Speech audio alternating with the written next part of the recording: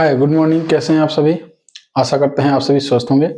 चलिए शुरू करते हैं हम लोग आज का अपना क्लास।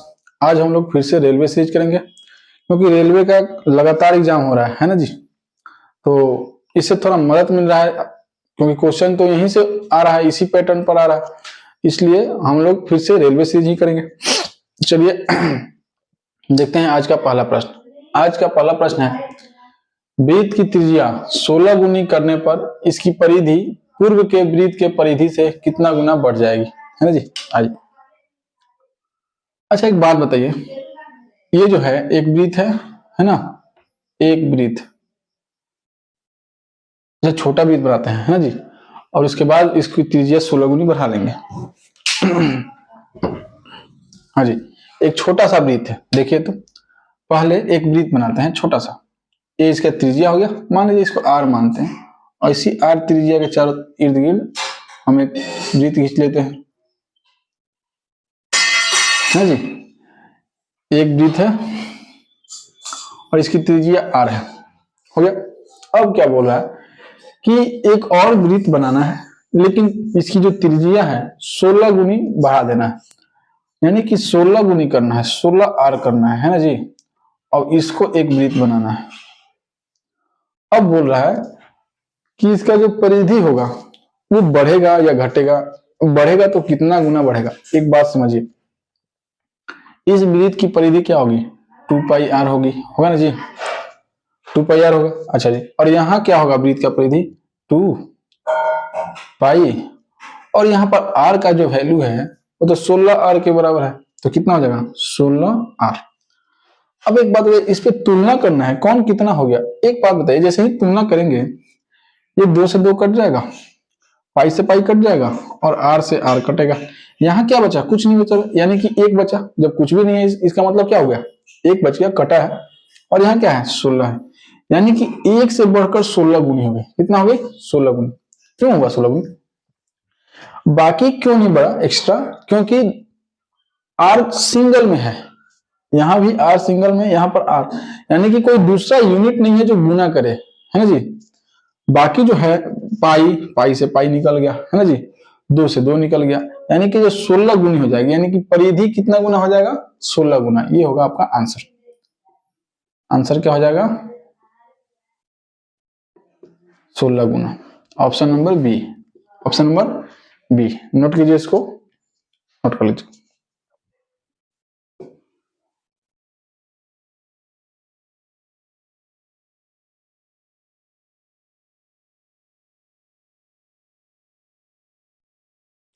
अगला प्रश्न है, चक्रवृद्धि ब्याज पर कोई राशि 4 वर्ष में मूल राशि की 3 गुनी हो जाती है, कितने वर्षों में यह अपनी मूल राशि की 81 गुनी हो जाएगी।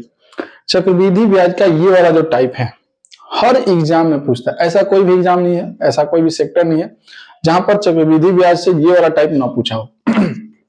बड़ा ही मजेदार टाइप है। आइए इसको बनाते कैसे हैं दिखाते हैं। होता यह है कि आपको क्या करना है कि जो गुना गुनी है उसको एक तरफ लिखना है, जैसे देख लीजिए गुना, है ना जी, ये हो गया गुना या फिर गुनी, ठीक है। कितना गुनी हो रहा है ये 3 गुनी, और कितने वर्ष में 4 वर्ष में, ये एक तरफ लिख देंगे वर्ष, कितने वर्ष में 4 वर्ष में। अब करना यह है कि दूसरे तरफ जो गुनी निकालना है, कितना निकालना है जी 81 गुनी, है ना जी, 81 गुनी करना है। तो बस इसको ये करना है कि इस 81 को तोड़ना है, इस 81 को तोड़ना है इस 3 के गुणज में, यानी पावर में ले जाना है। 81 को तोड़ सकते हैं हम, देखिए 81 को ऐसे 3 से तोड़ेंगे 27 हो जाएगा, फिर 3 से तोड़ेंगे फिर 9 हो जाएगा, और फिर 3 से तोड़ेंगे 3 हो जाएगा, यानी कि इस 81 के बदले में हम लिख सकते हैं 3 का पावर 4 लिख देंगे। अब यहाँ गुनी जो है इसका पावर भी कितना है, एक। कुछ भी नहीं दिया होता है तो उसका पावर 1 होता ही होता है, क्लियर।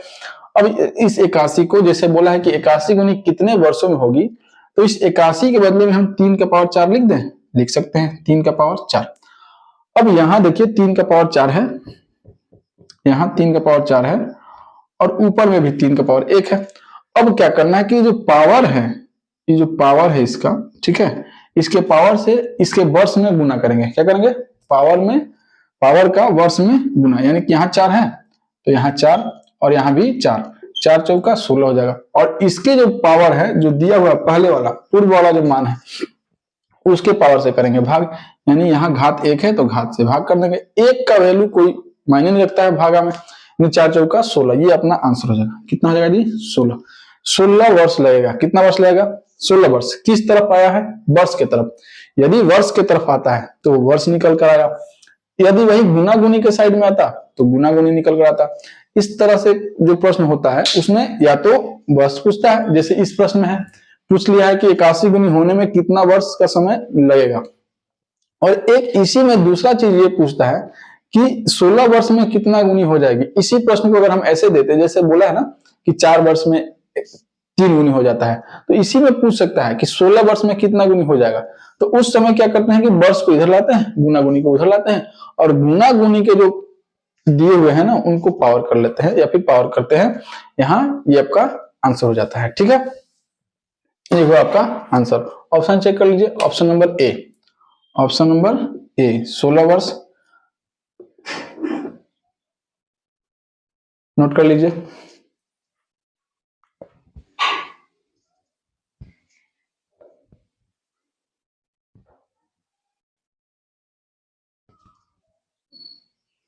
अगला प्रश्न है, एक बल्ब निर्माता कंपनी ने पाया कि उनके कुल उत्पादन का 13% भाग खराब निकल गया। यदि सही उत्पादों की संख्या 4698 है तो खराब उत्पादों की संख्या ज्ञात कीजिए। आइए प्रतिशत से क्वेश्चन है और बड़ा ही आसान क्वेश्चन है। एक बात बताइए, कोई भी उत्पाद अपने आप में कितना होता है 100% होता है। कोई भी उत्पाद अपने आप में कितना होता है 100% होता है। इस 100% में से बोला है कि 13% खराब हो गया, 13% खराब हो गया, तो 13% जब खराब हो जाएगा, ये खराब बोला है, 13% जब खराब हो गया तो बचा कितना, कितना है जो अभी भी सही है, तो आप बोलेंगे सर 87% है ना जी, 87% सही है।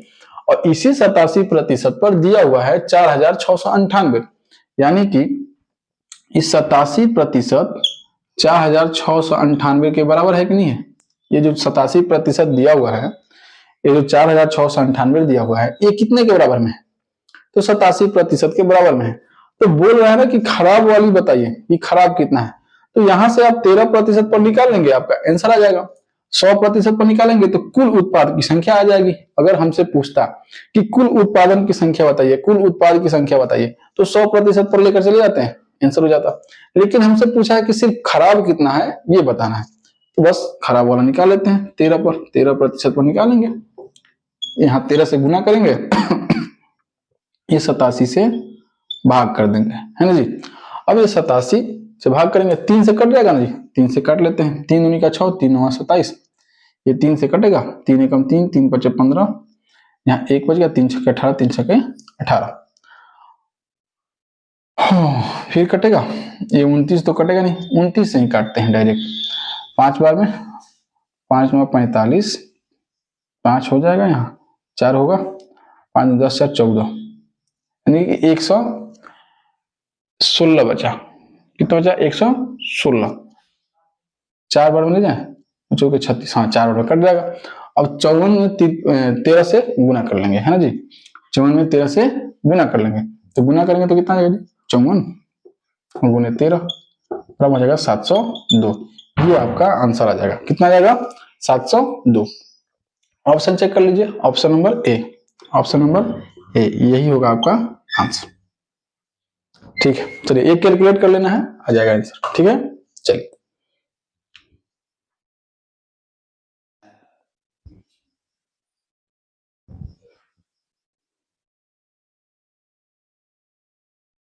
अगला प्रश्न है, किसी वस्तु को 423 रुपया में बेचने पर उसी वस्तु के समान दर से उसी वस्तु को समान दर से 743 रुपया में बेचने पर प्राप्त लाभ से 60% की हानि होती है। उस वस्तु का क्रय मूल्य ज्ञात कीजिए। आइए देखिए, क्वेश्चन दिया है ना कि एक वस्तु है जिसका विक्रय मूल्य दिया है 423, और जब 423 रुपया में बेचा जा रहा है ना, उस वक्त इसको हानि हो रहा है। क्या हो रहा है, हानि, घाटा हो रहा है। अच्छा, जब घाटा कब होता है जी? हानि कब होता है? यानी कि कोई वस्तु पर हानि कब होता है? यानी कि कहने का मतलब हुआ कि 20 रुपए का कोई खरीदा हुआ सामान है और उसको 16 रुपए में बेच दिए, हानि हो गया, 4 रुपया कम में बेच दिया हमने। और वही अगर 16 रुपए का खरीदा हुआ वस्तु है और उसको 20 रुपए में बेचते हैं तो वहां लाभ हो रहा है। वही स्थिति है, यानी कि क्रय मूल्य विक्रय मूल्य से जब अधिक हो तो हानि होता है। यानी कि हम अगर क्रय मूल्य x मान लें, क्या मान लें? क्रय मूल्य को x मान लेते हैं। क्रय मूल्य बराबर अगर 100 रुपया मान लेते हैं, क्रय मूल्य अगर 100 रुपया है तो 100 रुपये में खरीदा और 423 रुपया में बेच दिया, अब उसको हो गया घाटा। कितना घाटा हुआ? आगे बोल रहा है कि उसी वस्तु को फिर कितना बेचा है, फिर उसी वस्तु को अगर बेचता है 743 रुपया में, 743 रुपया में, तब इसको फायदा हो रहा है। अब फायदा कब होता है जी? जब एसपी सीपी से बड़ा हो जाए तो फायदा होता है। यानी कि जो एसपी है, ये तो एसपी है ना जी, यानी कि विक्रय मूल्य है, सेलिंग प्राइस है, ये अधिक है, तो अधिक है तो क्रय मूल्य घटा लेंगे तो पता चलेगा कि कितना फायदा हुआ। अब यहां पर ये हो गया लाभ, ये क्या हो गया? हानि। अब बोला है ना कि जो लाभ है इसका 60%, इसका 60% के बराबर में है हानि। क्लियर हो गया? अब यहाँ क्या करेंगे, यहाँ 100 से गुना हो जाएगा, यहाँ 60 से गुना हो जाएगा, तीछा तीछा यहाँ कुछ नहीं है तो क्या है, बटे में 1 है, गुना करेंगे, यहाँ कितना हो जाएगा? 100x माइनस 4200 42,300 हो जाएगा। और यहाँ कितना हो जाएगा जी? 60 से करेंगे गुना, 6 3 18, 1 0 तो लग ही जाएगा, और 24 1 25 2 42 2 44, और माइनस में कितना हो जाएगा जी? 60x। अब यहाँ माइनस में है, दूसरी तरफ आएगा प्लस में हो जाएगा, ये कितना हो जाएगा? 160x होगा। इधर में क्या है? माइनस में है, दूसरी तरफ जाएगा क्या हो जाएगा? प्लस में चला जाएगा, यानी कि जुटेगा तो 0 8 और 5 और 3 8 और 4 2 6 और 4 4 8। अब यहाँ 0 से 0 बैलेंस हुआ और x बराबर निकालना है, तो 16 से जब काटेंगे ना, 16 से काटेंगे, 16 5 80 हो जाएगा, 16 चौके 64 और 16 48। क्लियर है जी? हाँ जी, 5 4 8 ये आपका x का वैल्यू आ गया, यानी कि x जो है ये क्रय मूल्य के बराबर है। x को हमने माना है क्रय मूल्य, यानी कि ये इसका सीपी है, ये इसका क्या हो गया जी? सीपी हो गया, यानी कि क्रय मूल्य हो गया। अब क्रय मूल्य 543 ना है जी, 48 नहीं, सॉरी, 543 रुपया सीपी है ना जी। ये हुआ आपका आंसर। 543 क्या हो गया? आंसर हो गया। ऑप्शन चेक कर लीजिए, ऑप्शन दिया हुआ है D, option number D, option number D, note कीजिए, छाप लीजिए इसको।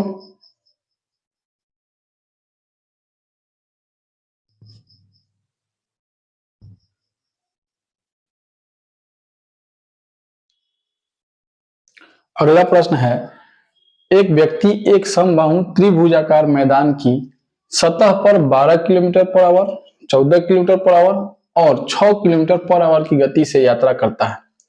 उसकी औसत गति ज्ञात कीजिए। लीजिए, फिर से एक बार औसत गति पर प्रश्न पूछ ही लिया। हमने अभी तक वर्दी सीरीज किया और ये रेलवे सीरीज कर रहे हैं। यहाँ प्रत्येक हर एक सेट में, हर एक वीडियो में, हर एक क्लास में ऐसा कोई भी दिन नहीं है जिसमें औसत चाल से, औसत गति से प्रश्न ना पूछा हो। हर एग्जाम में औसत गति पूछ ही रहा है। तो हमको आपको ये समझना है कि ये पैटर्न है, इसीलिए तो बोलते हैं कि प्रीवियस ईयर एक प्रकार का दर्पण है हमारे आने वाले एग्जाम का। उसमें वो दिखता है कि हाँ आगे क्या आने वाला है। जिन्होंने प्रीवियस ईयर क्वेश्चन को अच्छे से एनालाइज कर लिया, अच्छे से देख लिया, अच्छे से समझ लिया, और यदि प्रीवियस ईयर आपके घर पर बन रहा है, प्रीवियस ईयर क्वेश्चन लगा रहे हैं, आपका लग रहा है, बन रहा है, सही जा रहा है, तो इतना मान कर चलिए कि आने वाला जो एग्जाम है वो आपका सुख में बीतने वाला है ना जी, संतोषजनक होगा। तो देखिए, हमने आपको बताया हर क्लास में कि औसत चाल बराबर क्या होता है? कुल दूरी बटा कुल समय। तो औसत चाल, औसत चाल बराबर क्या होता है? कुल दूरी बटा कुल समय, है ना जी, कुल दूरी बटा कुल समय। अब देखिए, ये बोला है ना कि एक समबाहु त्रिभुजाकार है, समबाहु त्रिभुजाकार है, ये रास्ता है। अब ये तीनों के तीनों आपस में बराबर है, तभी तो समबाहु त्रिभुज है। बोला है कि इसकी दूरी पता नहीं है, इसकी दूरी पता नहीं है, यहां से यहां हम मान लेते हैं डी किलोमीटर, डी किलोमीटर, यहां भी डी किलोमीटर और ये भी डी किलोमीटर, डी किलोमीटर की दूरी है। तो कुल दूरी चाहिए ना हमको, दूरी कितना चाहिए, कुल दूरी। तो यहां से यहां डी है और यहां से यहां भी डी है, यहां से यहां भी डी है। अच्छा एक और बात, आप इसको कुछ भी मान सकते हैं, एक्स भी मान सकते हैं, वाई भी मान सकते हैं, ए मान सकते हैं, बी मान सकते हैं, कुछ भी। तो इसको हमने डी मान लिया, ठीक है। या फिर एक और काम कर सकते हैं, हमने आपको बताया था कि जो समय दिया होता है ना उसका एलसीएम ले लेते हैं और उसी एलसीएम को कुल दूरी मान लेते हैं। जैसे कि कितना दिया है जी, दिया है आपका 12, 14 और 6 दिया है ना जी, 12, 14 और 6, 12, 14 और 6 का आपका ये कटेगा ना, हाँ 12 से 6 से कट जाएगा 12, यानी कि ये कट जाएगा, यानी कि 12 और 14 का जो एलसीएम होगा कितना जाएगा 84, एलसीएम कितना जाएगा 84 हो जाएगा। तो हम कुछ देर के लिए ये अभी आपको बता देते हैं कि जो दूरी है कुल दूरी, कुल दूरी, तो कुल दूरी निकालने से पहले हम इसी दूरी को मान लेते हैं डी को 84, कितना हो गया 84। तो ये जो 84 है तो फिर ये भी 84 हो जाएगा, ये भी 84 हो जाएगा, होगा ना जी। तो 84 गुने 3 कर लेते हैं, 84 गुने 3, ये हो गया कुल दूरी, कुल दूरी बाबा 84 गुने 3 हो गया। अच्छा जी अब चाहिए हमको समय, क्या चाहिए समय। एक बात बताइए, इस 84 किलोमीटर की दूरी को 12 किलोमीटर प्रति आवर के चाल से जब जाएगा, यानी कि 84 किलोमीटर पर आवर को 12 किलोमीटर पर आवर के चाल से, यहाँ भी किलोमीटर में है यहाँ भी किलोमीटर में है, ये तो कट जाएगा, कटेगा ना जी, यहाँ प्रति में है तो यहाँ से ऊपर चल जाएगा, यानी कि कटेगा तो कितना होगा 7 घंटा, यानी कि पहला जो होगा हमारा 7 घंटा आ जाएगा। कहाँ लिख दें इसको, यहाँ 7 घंटा हो जाएगा प्लस, और इसी 84 किलोमीटर की दूरी को जब 14 के स्पीड से जाएगा तो 6 घंटा लगेगा, कितना 6 घंटा।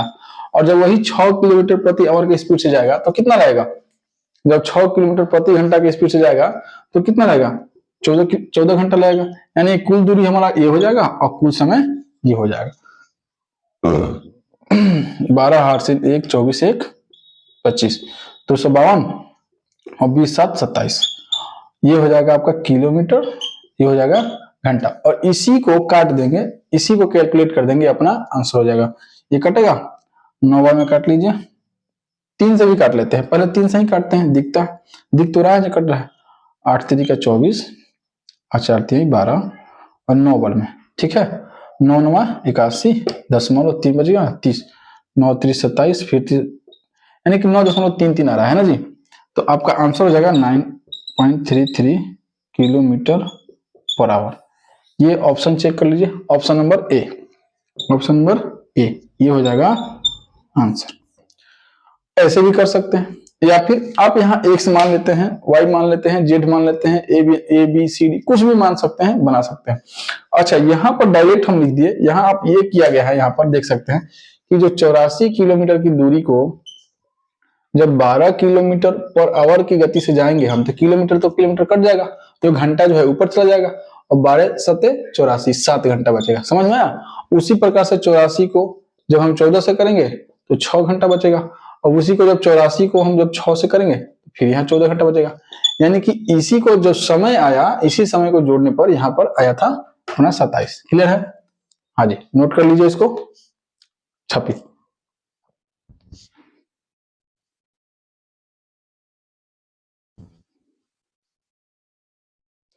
अगला प्रश्न है, समान राशि पर समान ब्याज दर पर 2 वर्षों में प्राप्त चक्रवृद्धि ब्याज और साधारण ब्याज की राशियों का अंतर 64 रुपया है। यदि ब्याज दर 4% वार्षिक हो तो निवेशित राशि की गणना कीजिए। ये भी टाइप बहुत फेमस है, 2 वर्षों का अंतर निकालना है चक्रवृद्धि ब्याज और साधारण ब्याज का, जिसमें आर दिया होता है ना जी। देखिए, अच्छा आर कितना दिया है जी, आर दिया है 4% वार्षिक, है ना जी, 4% वार्षिक। अब एक बात बताइए, जब इस 4% के दर से एसआई निकालेंगे यानी कि साधारण ब्याज निकालेंगे तो 2 वर्ष में, और समय कितना दिया है जी, समय यानी कि टी कितना दिया है 2 वर्ष, है ना जी, समय कितना दिया है 2 वर्ष। तो 2 वर्ष का साधारण ब्याज यानी कि एसआई कितना हो जाएगा, 2 वर्ष का एसआई 8% होगा, 2 गुने 4 यानी कि 8%। वही जब हम सीआई निकालेंगे, सीआई प्रतिशत निकालेंगे, जब सीआई प्रतिशत निकालना होगा तब क्या करेंगे, देखिए 4 + 4 और प्लस 4×4/100 करना पड़ेगा ना जी। अब ये हमारा हो जाएगा, ये 4 4 8 हो जाएगा और 4 4 16, यानी कि 8.16% होगा। तो यहां हमको मिल गया CI percent minus SI percent. CI कितना है जी 8.16 और एसआई कितना है 8% है। जब इसका अंतर निकालेंगे तो 0.16 आएगा प्रतिशत में, आया। इसी पर दिया है कितना 64 रुपया, यानी 0.16% पर 64 रुपया। तो 100% निकाल देंगे, अपना पूंजी निकल जाएगा, यानी कि राशि निकल जाएगा, मूलधन निकल जाएगा। और वही पूछा है मूलधन, यानी कि 100 पर हमको निकालना है 0.16। दशमलव हटेगा ऊपर 2 जीरो जाएगा, है ना जी। दशमलव हटेगा तो ऊपर 2 जीरो चला जाएगा, 16 चौका 64, यानी कि 4 पर 1 2 3 4 40,000 रुपया यहाँ कॉमा रहेगा, ठीक है। चलिए 40,000 रुपया इसका मूल धन राशि है। मूल राशि कितनी है 40,000 रुपया। इस 40,000 रुपया की राशि पर 4% की वार्षिक दर से 2 वर्ष का साधारण ब्याज यानी कि 8% होगा। जब इसका निकालेंगे 8%, ठीक है, इसका 8% निकालेंगे 8 चौके 32, 3200 के आसपास आएगा। और वही जब 8.16 निकालेंगे तो 3264 के आसपास आएगा, 3264 होगा जो इसका आंसर होगा, जिसका अंतर हो जाएगा 64 रुपया, है ना जी। जो हमसे पूछा है वो हमारा आ गया है 40,000 रुपया, ये हमारा आंसर हो जाएगा। ऑप्शन चेक कर लीजिए, option number D, option number D लीजिए, नोट कीजिए इसको। समझ में आया? चलिए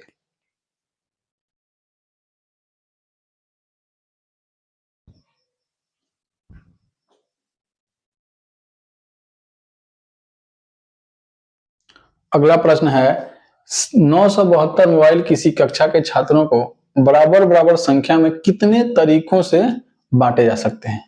आइए, ये बड़ा ही आसान प्रश्न है, लेकिन इसका कंसेप्ट याद होना चाहिए। इसका कंसेप्ट अगर याद है आपको तो बड़ा ही इजी है, इसमें कोई दिक्कत की बात नहीं है। बस करना क्या होता है, देखिए पहले करेंगे इसका गुणनखंड। क्या करेंगे, गुणनखंड। कितना दिया है जी 972, और इस 972 का तोड़ते हैं इसको, ठीक है। 2 से ले लें, 4 से 8 बार में 16 और ये 6, फिर 2 से जाएगा, यहाँ 2 हो जाएगा, 4 हो जाएगा, 3 हो जाएगा। अब देखिए 4 2 6 3 9, 3 से कट जाएगा, 3 से 8 3 का 24 और 1 फिर 3 से कटेगा, ये हो जाएगा आपका 27।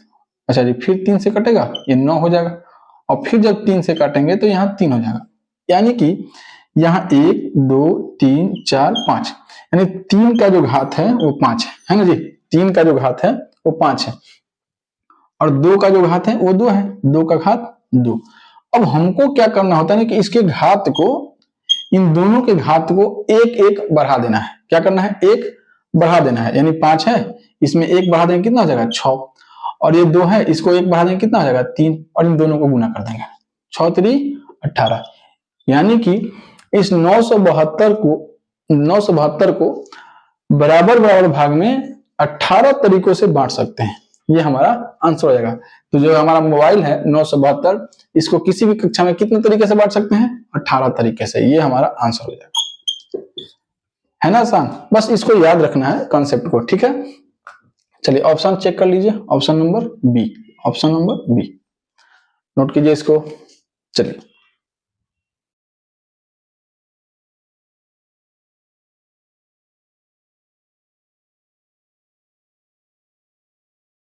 अगला प्रश्न है, कांच के एक वर्गाकार टुकड़े का क्षेत्रफल 1225 वर्ग सेंटीमीटर है जो एक मेज के ऊपर रखा हुआ है।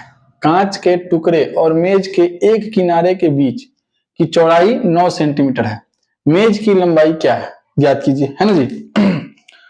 समझने की बात है कि पहले से एक मेज रखा हुआ है ना जी, पहले से एक मेज रखा हुआ, और मेज के बीचों बीच सेंटर पर एक कांच का टुकड़ा रखा हुआ है, ठीक है।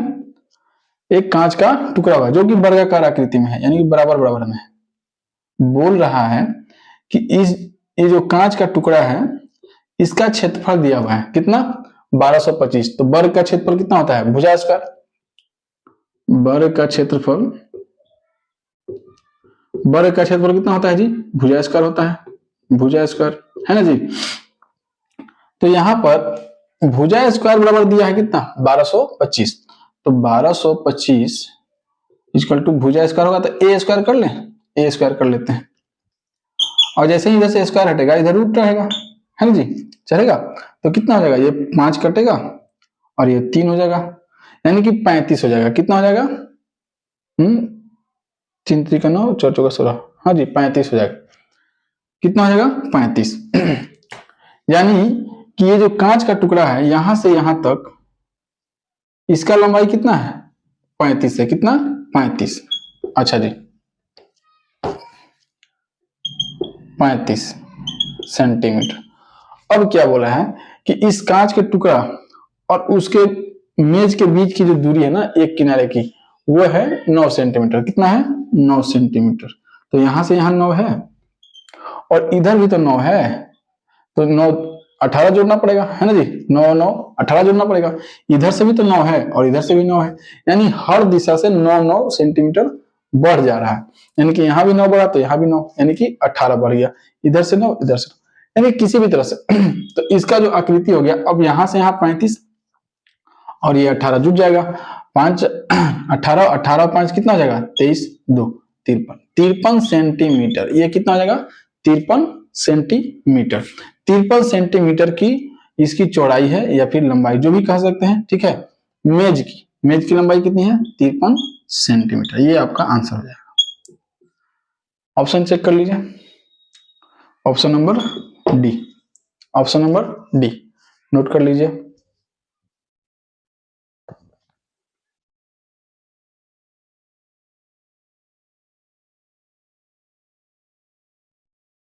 अगला प्रश्न है 63 लीटर मिश्रण में दूध और पानी का अनुपात 3:4 है।